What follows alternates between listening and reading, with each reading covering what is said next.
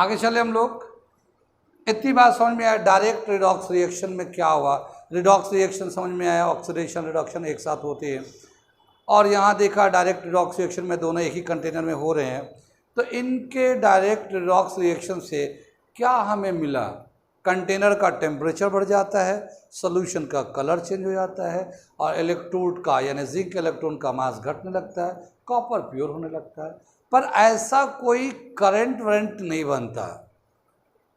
अगर इस direct redox reaction को अगर इनडायरेक्ट रिडॉक्स रिएक्शन कर दें तो क्या होगा, और उसमें करंट बनने लगता है। तो देखते हैं कैसे वो इनडायरेक्ट रिडॉक्स रिएक्शन का पूरा अरेंजमेंट है। यहाँ पे हमने देखा था कि ये जो जिंक है इलेक्ट्रॉन को डोनेट करता है रिएक्शन के टाइम में, तो जिंक जो है ना ऑक्सीडाइज्ड हो जाता है, मोर रिएक्टिव भी है, मेटल के तौर पे ट्रीट होता है। यहाँ पे कॉपर जो है इलेक्ट्रॉन को गेन करता है, रिड्यूस होता है, नॉन मेटल है, नॉन मेटल की तरह ट्रीट होता है, रिडक्शन होता है। तो ऑक्सीडेशन जिंक के साथ होता है, रिडक्शन कॉपर के साथ होता है। अब इसी रिएक्शन को इनडायरेक्ट रिडॉक्स रिएक्शन बनाने जा रहे हैं, उसका अरेंजमेंट करने जा रहे हैं। तो उसका मैं फिगर बनाता हूँ, उसके बाद मैं समझाता हूँ। ऑन कर दिए। अब देखते हैं हम लोग इनडायरेक्ट रिडॉक्स रिएक्शन। जो डायरेक्ट रिडॉक्स रिएक्शन हो रहा था एक ही कंटेनर में कर रहे थे, हम लोगों ने आधे आधे कर लिए। ऑक्सीडेशन अलग होगा, रिडक्शन अलग होगा, ठीक है ना। ये हम लोगों ने एक सोल्यूशन लिया जिंक सल्फेट सोल्यूशन, और ये रॉड है, जिंक रॉड है, इसको एनोड बोलते हैं हम लोग, इसको एनोड ले रहे हैं हम लोग। कितनी बात सुन रहे हैं। इस सोल्यूशन का कंसंट्रेशन है 1m। जानते क्या होता है m, कैपिटल M, मोलारिटी, ठीक है ना। कैपिटल M लेते हैं, मोलारिटी बोलते हैं इसको, ठीक है ना। ऐसे ये भी सोल्यूशन 1 मोलारिटी का है, कंसंट्रेशन है, ठीक। और टेम्परेचर रूम टेम्परेचर पे करा रहे हैं, प्रेशर भी एटमॉस्फेरिक प्रेशर है हमारा। तो standard temperature pressure and 1m molarity पे ये सोल्यूशन लिया गया है। कितनी बात सुन में। अब क्या हुआ कि इसमें जिंक जो है चूँकि मोर रिएक्टिव देन कॉपर है, तो जिंक ऑक्सीडाइज्ड होगा, ये अपना इलेक्ट्रॉन डोनेट करेगा, ऑक्सीडाइज्ड होगा। मगर ये एक अलग कंटेनर में लिया गया है, ये जिंक रॉड लिया गया है, और उसी का सोल्यूशन जिंक सल्फेट सोल्यूशन लिया गया है। कितनी बात सुन में। और जहाँ रिडक्शन, जैसे कॉपर रिड्यूस हो रहा था पहले डायरेक्ट में, अब यहाँ पे कॉपर रिड्यूस तो होगा पर ये डायरेक्ट नहीं है, ये वायर के थ्रू कनेक्ट किया गया है। और यहाँ पे रिडक्शन होगा, रिडक्शन तो कॉपर रॉड पे होगा, और ये सोल्यूशन भी 1 मोलारिटी का कॉपर का ही लिया गया है। तो जिस मेटल का रॉड होता है उसी का हम लोग सोल्यूशन लेते हैं। कितनी बात सुन में। इस वाले पे जो लेफ्ट वाला हमारा कंटेनर है वो मोर रिएक्टिव है, यहाँ ऑक्सीडेशन होता है, और जो राइट वाला है यहाँ पे रिडक्शन होता है। तो इसे हम लोग बोलते हैं oxidative half cell, oxidative half cell, ठीक है ना। और इसे हम लोग कहते हैं रिडक्टिव हाफ सेल, जहाँ पे रिडक्शन होता है, रिडक्टिव हाफ सेल, ठीक है ना। कितनी बात में। ऑक्सीडेशन रिडक्शन अलग अलग हो रहे हैं, दो अलग अलग कंटेनर में हो रहा है। ऑक्सीडेशन एक तरफ, रिडक्शन दूसरी तरफ, दोनों को कंबाइन कर दिया हमने वायर से, ठीक है। तो इसको हम बोलते हैं oxidative half cell, reductive half cell. अब देखते हैं इसमें जो रिएक्शन हो रहा है वो कैसे रिएक्शन हो रहा है। ये जो जिंक है मोर रिएक्टिव है, तो जिंक क्या करेगा, वो अपना इलेक्ट्रॉन डोनेट कर देगा उसको जिसको चाहिए उसको। अब ये जो कॉपर है वो रिड्यूस होगा, तो ये कॉपर वायर से कनेक्ट है। अगर हम लोग इसको स्विच को ऑन कर देते हैं, यानी ये ओपन था, अब ये हमने क्लोज कर दिया, ठीक है। क्लोज करेंगे तो ये जिंक अपना इलेक्ट्रॉन डोनेट करेगा, ये जिंक रॉड। तो क्या होगा, ये जिंक जो है अपना इलेक्ट्रॉन देकर कैटाइंस बना लेगा, 2 इलेक्ट्रॉन्स। लेकिन ये 2 इलेक्ट्रॉन अभी इसी पे है, जैसे जिंक था, ये जिंक रॉड है, तो उसने अपना 2 इलेक्ट्रॉन दिया तो इसके रॉड पे आ गया 2 इलेक्ट्रॉन और जिंक कटाइन बन गया। रूम टेम्परेचर पे कुछ ना कुछ मॉलिक्यूल जो आयनिक होते हैं वो डिसोसिएट फॉर्म में होते हैं। मतलब ये कि ये जिंक सल्फेट मॉलिक्यूल्स तो है, पर कुछ मॉलिक्यूल ऐसे भी होते हैं जो डिसोसिएट कंडीशन में रहते हैं। डिसोसिएट का मतलब ये है कि ये जो जिंक सल्फेट है, ये zinc 2 positive plus sulphate 2 negative ऐसे है। इस कंडीशन में रूम टेम्परेचर पे कुछ मॉलिक्यूल्स रहते ही रहते हैं। जैसे यहाँ पे सर्दी हो या गर्मी, पानी लिक्विड के फॉर्म में मिलता है, मगर वेपर भी तो रहता है। ये जो हम लोग बोल रहे हैं आज बहुत ह्यूमिडिटी है, ह्यूमिडिटी क्या मतलब हुआ? The water molecule present in the vapour form. जो पानी है, बारिश हुई है तो वो वेपर के फॉर्म में चला जाता है, और वो वेपर जो होता है वो उसमें गर्मी ज़्यादा होती है एज़ कम्पेयर टू वाटर। उसी को ह्यूमिडिटी बोलते हैं। तो ह्यूमिडिटी यानी कि अगर सर्दी के दिन भी होंगे तब भी ह्यूमिडिटी होता है, लेकिन वो कम होता है। गर्मियों में ज़्यादा ह्यूमिडिटी होती है, पर सर्दियों में भी ह्यूमिडिटी होते हैं। इसका मतलब ये है कि वाटर वेपर हमेशा रहता है। ऐसे ही बोला क्या कि जब हम लोग केमिकल रिएक्शन करा रहे होंगे उस वक्त तो मॉलिक्यूल डिसोसिएट तो करेंगे, लेकिन अगर नहीं भी करा रहे हैं तो नॉर्मल कंडीशन में कुछ मॉलिक्यूल डिसोसिएट स्टेट में मिलते ही मिलते हैं। आगे चले पीछे चले, आगे चले पीछे चले। अब ये जो आइंस बनाया ये वाला देखिए, यहाँ पे जिंक सल्फेट सोल्यूशन था, वो zinc ions plus sulphate ions बनाया, लेकिन ये वाला जो जिंक था इसका जो इलेक्ट्रॉन था वो सल्फेट पे चला गया है। ये जिंक का जो इलेक्ट्रॉन था, 2 इलेक्ट्रॉन जो कमी है वो सल्फेट के पास है, और ये जो जिंक रॉड था इसने अपना इलेक्ट्रॉन रॉड पे छोड़ा है, और ये जिंक कटाइंस बना हुआ है, ठीक है ना। और ये जो जिंक है जब ये सोल्यूशन, क्योंकि जो डीप पार्ट है उसी में ये डिसोसिएशन होगा, तो ये जो जिंक जब सोल्यूशन में आए तो ये वाला, ये दोनों आपस में एक जिंक सल्फेट बना लेंगे दोबारा से। ये जिंक ये सल्फेट, ये दोबारा से जिंक आइन प्लस SO4 2 नेगेटिव, ये दोबारा से जिंक सल्फेट बना लेंगे, ठीक है ना। कितनी बात सुन में आई? तो जितना पहले जिंक सल्फेट था फिर उतना ही हो गया। एक टूटा था ना ये यहाँ पे, नहीं एक टूटा था यहाँ पे, फिर दोबारा से इससे वो रिएक्ट करके जिंक सल्फेट बना, तो number of molecule of zinc sulphate constant हो गया, मगर ये जिंक आइन सोल्यूशन में आ गया, क्योंकि ये तो जिंक सोल्यूशन में था ना यहाँ पे। कितनी बात सुन में? आगे चले।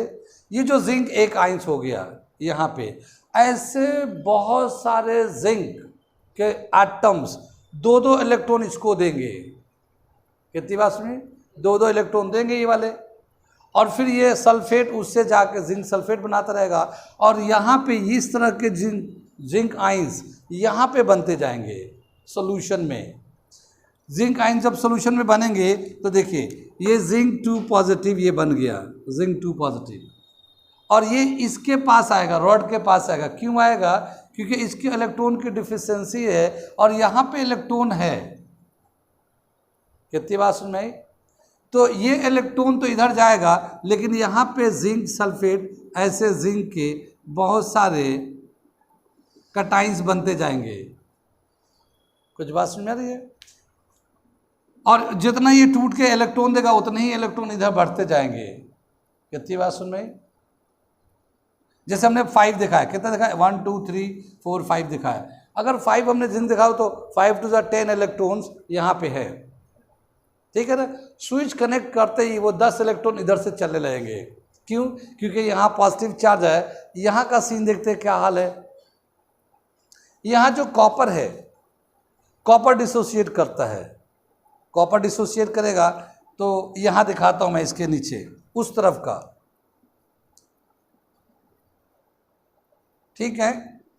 ये जो कॉपर सल्फेट है ये भी टूटता है इस तरह से, copper 2 positive SO4 2 negative, 2 negative, इस तरह से ये टूटता है कॉपर सल्फेट।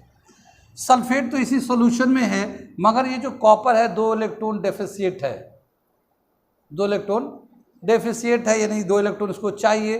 तो ये 2 इलेक्ट्रॉन लेने के लिए ट्राई करेगा, ऐसे बहुत सारे जो कॉपर टूटेंगे, मान लो 10 कॉपर सल्फेट टूटे हुए हैं, तो 10 कॉपर आइंस यहाँ पे बन जाएंगे, copper 2 positive, copper 2 positive, copper 2 positive, copper 2 positive, ऐसे बनते जाएंगे। कितनी बात सुन में? ये चूँकि इलेक्ट्रॉन इसको ये जो है ना कैथोड है, पॉजिटिव टर्मिनल है, ये एनोड नेगेटिव टर्मिनल, तो ये इलेक्ट्रॉन इसमें से चल के ये कॉपर को आएगा, ठीक है ना, कॉपर को आने आएगा। ये जो सल्फेट था, यहाँ पे सल्फेट भी बन रहा है, SO4 2 नेगेटिव। कितनी बात सुन में? 2 नेगेटिव है ये कॉपर जो जाएगा यहाँ से, वो जो इलेक्ट्रॉन आ रहा था, इधर से जो इलेक्ट्रॉन आ रहा है उसे ये गेन कर रही है। कितनी बात सुनी? उसे ये गेन कर रहे हैं, और ये कॉपर सल्फेट में वो जो कॉपर लेकर, कॉपर 2 इलेक्ट्रॉन लेकर ये कॉपर मेटल बनते जा रहे हैं, कॉपर मेटल बनते जा रहा है। यहाँ पे क्या होता है कि ये जो इलेक्ट्रॉन आ रहा है इधर से, जब ये कॉपर लेगा तो एक इलेक्ट्रॉन का फ्लो आएगा, ऐसे एक इलेक्ट्रॉन का फ्लो आएगा, इसमें कॉपर जो है मेटल में कन्वर्ट हो जाएगा, लेकिन सल्फेट आइंस यहाँ पे जमा होने लगेगा, SO4 2 नेगेटिव, वो यहाँ पे उतना ही बनता जाएगा नेगेटिव चार्ज का। कुछ बात समझ आ रही है? तो यहाँ पे जो SO4 है, SO4 है, SO4 अभी रहेगा, ये तो कॉपर इलेक्ट्रॉन लेके उधर न्यूट्रल बन गया। जब यहाँ पे SO4, मैं 1 2 3 दिखा देता हूँ, SO4 नेगेटिव, SO4 नेगेटिव ऐसे बनने लगेंगे, तो बहुत सारे SO4 नेगेटिव जो है ना इस कैथोड को घेर लेंगे। कितनी बात में? लेकिन थोड़ी देर के लिए ये जो चार्ज यहाँ से चलेगा तो एक चार्ज का फ्लो आएगा यहाँ से यहाँ के लिए, ठीक है, और वो जो चार्ज का फ्लो होगा, flow of charge in a conductor is called current. तो एक तरह का करंट चलेगा, और ये जो करंट चलेगा इसी को हम लोग बोलते हैं इलेक्ट्रोकेमिस्ट्री, ठीक है ना, इलेक्ट्रोकेमिस्ट्री। इलेक्ट्रोकेमिस्ट्री का मतलब branch of science in which we get electricity from the chemical reaction, ठीक है ना, केमिकल रिएक्शन। जैसे एक सेल होता है, सेल जानते हैं, cell as a device in which chemical reaction electricity is obtained from the chemical reaction, electricity is obtained from the chemical reaction। Cell के अंदर केमिकल रिएक्शन होता है और उसी से इलेक्ट्रिसिटी मिलता है। वो जो सेल है जिससे हम लोग एवरेडी सेल है, ये सेल है, वो सेल यही है जो हम लोग बता रहे हैं, ठीक है ना। क्या होगा कि यहाँ से चार्ज का फ्लो होगा और इसमें जाएगा, और ये जिस वक्त ये एक्सटर्नल सर्किट में चार्ज चल रहा होगा उस वक्त यहाँ पे करंट होगा, और इसी करंट को यूज़ करते हम लोग, और जो भी कोई डिवाइस लगा दे, जैसे बल्ब लगा दे, फ़ैन लगा दे, तो वो फ़ैन चलेगा, बल्ब जलेगा। ये डिपेंड करता है कि कितना चार्ज का फ्लो है, उसके हिसाब से वो डिवाइस चलेगा। कितनी बात सुन में? इलेक्ट्रोकेमिस्ट्री समझ में आए, रिडॉक्स रिएक्शन समझ में आए। ऑक्सीडेशन रिडक्शन अकर साइमल्टेनियसली, दोनों साथ साथ होते हैं, जैसे हम लोग डायरेक्ट में कहा है। लेकिन अगर उसी रिडॉक्स रिएक्शन को इनडायरेक्ट कराया जाए, यानी ऑक्सीडेशन अलग रिडक्शन अलग, तो एनोड पे नेगेटिव चार्ज आने लगता है और कैथोड पे पॉजिटिव चार्ज आने लगता है। और एक्सटर्नल सर्किट को, अगर सर्किट को क्लोज करते हैं तो वो इलेक्ट्रॉन का फ्लो होने लगता है एक्सटर्नल वायर में, और वो जो चार्ज का फ्लो होता है उसी को हम लोग करंट बोलते हैं। और वो जो करंट है, इस केमिकल नेचर की वजह से वो चार्ज उसमें चल रहा है। कितनी बात समझ में आई? इसके आगे की बात बताता हूँ, अभी आप लोग नोट कर लो। यहाँ तक समझ में आया? कुछ तो समझ में आया होगा। मैं थोड़ा सा एक बार फिर से इसको ब्रीफिंग कर देता हूँ कि ये जो जिंक रॉड है, मोर रिएक्टिव होने की वजह से ऑक्सीडाइज्ड होता है। ये इलेक्ट्रॉन को देता अपने इलेक्ट्रोड पे, एनोड पे, और यहाँ नेगेटिव चार्ज होने लगता है। मगर जब वो सोल्यूशन में आता तो जिंक सल्फेट तो बनता है, और ये जो जिंक है वो पॉजिटिव चार्ज यहाँ पे एनोड के बॉटम में एक्यूमुलेट होने लगता है, उसको घेरने लगता है। लेकिन जो चार्ज यहाँ पे है वो नेगेटिव चार्ज है। इधर से हम लोग देखते हैं कॉपर है, कॉपर सोल्यूशन में ये टूटता है, और ये कॉपर जो है आता है और ये यहाँ से कॉपर बनता है पॉजिटिव चार्ज, इससे इलेक्ट्रॉन चाहिए और लेके न्यूट्रल होता है। तो ये कॉपर पॉजिटिव यहाँ बनते जाता है सल्फेट की वजह से। लेकिन कॉपर जो बनता है इससे इलेक्ट्रॉन चाहिए, ये पॉजिटिव यहाँ पे जमा होने लगता है ना, तो इसको इलेक्ट्रॉन चाहिए। डेफिशिएंट ऑफ इलेक्ट्रॉन है तो ये पॉजिटिव टर्मिनल है कैथोड के नाम से। अब क्या बताया कि जैसे यहाँ पे अगर स्विच को ऑन करते हैं तो ये जो यहाँ पे जो नेगेटिव चार्ज था वो एक्सटर्नल सर्किट से होते हुए इधर चलने लगता है, क्योंकि पास यहाँ पे एक्सेस ऑफ नेगेटिव चार्ज है, यहाँ पे डिफिशिएंसी ऑफ इलेक्ट्रॉन है, दोनों जब कनेक्ट करते हैं तो इलेक्ट्रॉन जाने लगेगा और यहाँ पे एक करंट बन जाएगा। कितनी बात सुन में। इसके बाद क्या होता है वो देखिए, यहाँ पे जब जिंक पॉजिटिव चार्ज यहाँ पे जब एक्यूमुलेट होने लगेंगे, जमा होने लगेंगे, तो यहाँ पे पॉजिटिव चार्ज जो है एक तरह का कोटिंग कर लेगा। वो जो जिंक सल्फेट था, वो जो जिंक था ये वाला जिंक, और ये जो सल्फेट था जो मिलके जिंक सल्फेट बनाता, तो वो जो सल्फेट ये तो सोल्यूशन में था ना, ये सोल्यूशन में बन रहा था, और वो फिर जिंक से जाके इस वाले जिंक से जो इलेक्ट्रॉन डॉट करता उसको जाके जिंक सल्फेट बना रहा था, और ये जिंक तो यहाँ से सोल्यूशन से बन रहा है। कितनी बात सुनिए। जब यहाँ पे जिंक बहुत सारे हो जाते हैं तो बहुत सारे पॉजिटिव चार्ज यानी चार्ज डेफिशिएंट जिंक हो जाते हैं। तो अब ये जो जिंक है इलेक्ट्रॉन ऊपर देता है दूसरे इलेक्ट्रोड को, तो यहाँ से जो पॉजिटिव चार्ज है वो फिर खुद भी तो इलेक्ट्रॉन डेफिशिएंट है, तो फिर ये पुलिंग पावर करने लगते हैं, खींचने लगते हैं इस इलेक्ट्रॉन को अपनी तरफ। ठीक है ना, क्योंकि खुद ये इलेक्ट्रॉन डेफिशिएंट है तो इन्हें भी तो इलेक्ट्रॉन चाहिए। तो जो यहाँ से सप्लाई जा रहा है इलेक्ट्रॉन उस वाले इलेक्ट्रोड पे, ये कहते हैं उधर, और हम तो इलेक्ट्रॉन के खुद ही डेफिशिएंट है और आप दे रहे हो दूसरे को, तो बोलता अब मुझे भी दो, तो ये एक पुलिंग पावर होने लगता है यहाँ से। तो अब ये इलेक्ट्रॉन उधर जा नहीं पा रहा है क्योंकि यहाँ पे पॉजिटिव चार्ज ज़्यादा हो गए, नेगेटिव इलेक्ट्रॉन कम हो रहा है मगर पॉजिटिव चार्ज ज़्यादा हो गए थोड़े से टाइम के बाद। इसी तरह से यहाँ सल्फेट जमा हो रहा था नेगेटिव चार्ज, तो कॉपर तो जाके इलेक्ट्रॉन लेके वो हो जा रहा था, अब लेकिन बहुत सारे नेगेटिव हो गए तो वो खुद भी अपने इलेक्ट्रॉन को देना चाह रहे हैं, मतलब आपस में एक पॉजिटिव नेगेटिव चार्ज का एक्यूमुलेशन हो गया, तो ये भी इलेक्ट्रॉन को खुद से देना चाह रहे हैं। सल्फेट है, सल्फेट पे नेगेटिव चार्ज है, इसके सल्फेट इसके सल्फेट इसके पास भी नेगेटिव चार्ज है बहुत सारे, तो ये खुद इसको देने के लिए तैयार हो जाएंगे।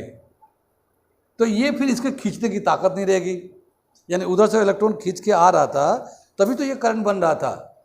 अब ये नेगेटिव चार्ज सल्फेट का खुद यहाँ पे है तो ये खुद देने लगेगा, तो फिर इस वाले में चार्ज चलेगा नहीं, चार्ज जब चलेगा नहीं तो करंट होगा नहीं। तो क्या समझ में आया कि ये जो सर्किट है जब हम लोग क्लोज करेंगे तो थोड़ी देर तक ही करंट चलेगा, उसके बाद ये बंद हो जाएगा। कितनी बात में, थोड़ी देर तक चार्ज चलेगा, जो यहाँ पे एक्यूमुलेशन था और वहाँ पे था वही चार्ज थोड़ा सा चलेगा, उसके बाद यहाँ पे जिंक एक पुलिंग पावर रखने लगेगा, और ये सल्फेट जो आइंस है नेगेटिव चार्ज ये खुद ही इलेक्ट्रॉन इसको देने लगेगा, तो ये सेम सोल्यूशन में चलने लगेगा। ये बाहर से इलेक्ट्रॉन खींचने की जो कैपेसिटी है, जो ड्राइविंग पावर था खींचने की, वो नहीं हो पाएगा, तो उधर से इलेक्ट्रॉन आएगा भी नहीं।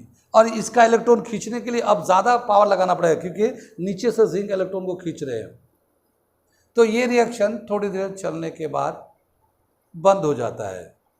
तो क्या समझ में आया कि ये जो half cell oxidative half cell है, रिडक्टिव हाफ सेल है, ये लॉन्ग टाइम कंटिन्यू चार्ज का फ्लो नहीं हो पाता है। अगर हम इसे चाहते हैं कि लॉन्ग टाइम कंटिन्यू चार्ज का फ्लो रहे, एक लगातार करंट मिले, तो फिर उसके लिए एक दूसरा डिवाइस है जिसे यूज़ करते हैं, नाम है उसका सॉल्ट ब्रिज। सॉल्ट ब्रिज, उस सॉल्ट ब्रिज को यहाँ से हम लोग कनेक्ट करते हैं, यहाँ से इसको, इसमें सॉल्ट ब्रिज। ये क्या आता है कि इसके अंदर एक सॉल्ट होता है, जैसे पोटेशियम क्लोराइड हो या पोटेशियम नाइट्रेट हो या सोडियम नाइट्रेट हो, इस तरह के सॉल्ट बनाकर, और एक पेस्ट होता है, जैसे टूथपेस्ट होता है वैसे ही एक पेस्ट होता है, उसमें मिक्स कर देते हैं। पेस्ट जो बनाते हैं जिलेटिन का भी बनाते हैं, अगर अगर का भी बनाते हैं। तो अगर अगर ठीक है, नहीं सुना? हाँ, तो इसमें क्या होता है बताते हैं कि वो एक अलगे है, और उसमें जब उसको हल्का गर्म करके इसमें सॉल्ट मिला के उसको कूल करेंगे तो वो एक पेस्ट तरह से बन जाता है और ये पाइप को पूरी तरह से पेस्ट से भर देते हैं। लेकिन उसमें आइंस आसानी से मूव कर सकता है, ऐसे जैसे उल्टा कर देना इन्वर्टेड यू है, वैसा नहीं कि सब गिर जाएगा सॉल्यूशन में जाके, गिरेगा नहीं। जब पुलिंग पावर होगा तो उसमें से आइंस निकल के रिएक्शन करते हैं। तो ये मान लो हम लोगों ने ये सॉल्ट ब्रिज जो बनाया है, ये सॉल्ट ब्रिज जो है सपोज कर लेते हैं ये पोटेशियम क्लोराइड का है, ये पोटेशियम क्लोराइड, ये KCl अगर डिसोशिएट करेगा तो K positive plus Cl negative ये बनाएगा, ये देखा तो कितनी बात सुन रही। आगे चले, अब ये जो सॉल्ट ब्रिज है इसका रोल देखिए यहाँ पे, यहाँ देखिए ये क्या बताया कि यहाँ पे जिंक पॉजिटिव चार्ज है ना, तो ये जो क्लोरीन है इसमें से इसमें आएगा, इस सॉल्यूशन में आएगा, क्लोरीन इससे होता है इस सॉल्यूशन में आएगा और ये जिंक के साथ जिंक क्लोराइड बना लेगा, जिंक क्लोराइड बना लेगा, जिंक क्लोराइड सॉल्ट बना लेगा। कितनी बात सुन में, जब ये जिंक क्लोराइड बना रहा होगा तो यहाँ से जिंक का कंसंट्रेशन खत्म होता जाएगा, खत्म हो जाएगा। जब ये जिंक का कंसंट्रेशन खत्म हो जाएगा तो इसका जो पुलिंग पावर था वो खत्म हो जाएगा। तो जब ये खत्म हो जाए तो वो जिंक अब आसानी से इलेक्ट्रॉन दे सकता है, क्योंकि नीचे से जो पुलिंग पावर था वो खत्म हो गया, क्योंकि वो जो क्लोरीन था सॉल्ट ब्रिज का वो उसको न्यूट्रलाइज कर दिया। तो ये जो जिंक है इसको क्लोरीन न्यूट्रलाइज कर देता है और ये जिंक हटता जाता है और यहाँ से जिंक जो ना बाकी जो जिंक है इलेक्ट्रॉन का जैसे देने की टेंडेंसी है वो चल रहा है और ये जो पुलिंग पावर ये खत्म हो गया इस तरफ से ऑक्सीडेटिव हाफ शेल से एनोड में।